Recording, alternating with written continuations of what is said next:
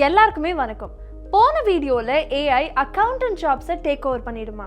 நீங்க அதை பத்தி என்ன நினைக்கிறீங்கன்னு கேட்டிருந்தோம். நாளுக்கு நாள் எல்லா ஃபீல்டுமே ஆர்டிஃபிஷியல் இன்டெலிஜென்ஸ் AI ஓட இம்பார்ட்டன்ஸ் அதிகமாயிட்டே தான் போகுது.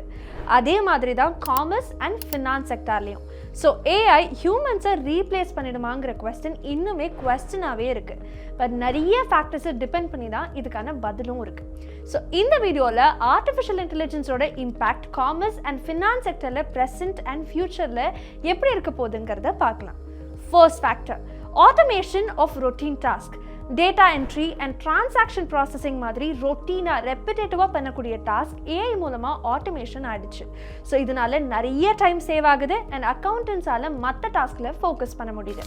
ஃப்யூச்சரில் இந்த டாஸ்க்ஸ் எல்லாம் ஆட்டோமேஷனாக கண்டினியூ ஆனாலும் அக்கௌண்டன்ஸ்க்கான தேவை குறையாது. அக்கௌண்டன்ஸோட ரோல்ஸ் அண்ட் ரெஸ்பான்சிபிலிட்டிஸ் தான் மாறும், லைக் ஸ்ட்ராட்டஜிக் அண்ட் அட்வைசரி ஃபங்க்ஷன்ஸ்னு. Second factor, decision making. AI tools டேட்டாஸை அனலைஸ் பண்ணி ரியல் டைம் டெசிஷன்ஸ் எடுக்க அக்கௌண்டன்ஸுக்கு ரொம்பவே ஹெல்ப்ஃபுல்லாக இருக்குது. இந்த AI டூல்ஸ் மூலமாக ஃபினான்ஸ் செக்டாரில் அக்யூரசி அண்ட் எஃபிஷியன்சி அதிகமாகிட்டே இருக்குது.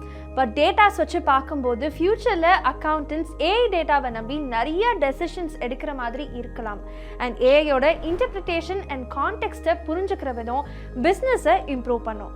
அக்கௌண்டன்ஸ் இது ஒரு அட்வான்டேஜாக யூஸ் பண்ணி ஒர்க் பண்ணால் ஹியூமன்ஸை AI ரீப்ளேஸ் பண்ண வேண்டிய அவசியம் வராது. Next factor, risk management and compliance. AI சிஸ்டம்ஸோட எஃபிஷியன்சி எந்த அளவுக்கு இருக்குன்னு ஃப்ராட் டிடக்ஷன் அண்ட் கம்ப்ளையன்ஸை மேனேஜ் பண்ணுறதுலையே தெரியும். மேனுவல் மெத்தட்ஸை விட AI சிஸ்டம்ஸ் மூலமாக ரிஸ்க் ஃபேக்டர்ஸை மேனேஜ் பண்ணுறது ரொம்பவே எஃபெக்டிவாக இருக்கும்.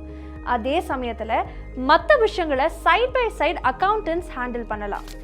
Fourth factor, advisory and strategic roles. Accountants பிஸ்னஸ்க்கு strategic insights and financial planning services provide பண்ணுறாங்க.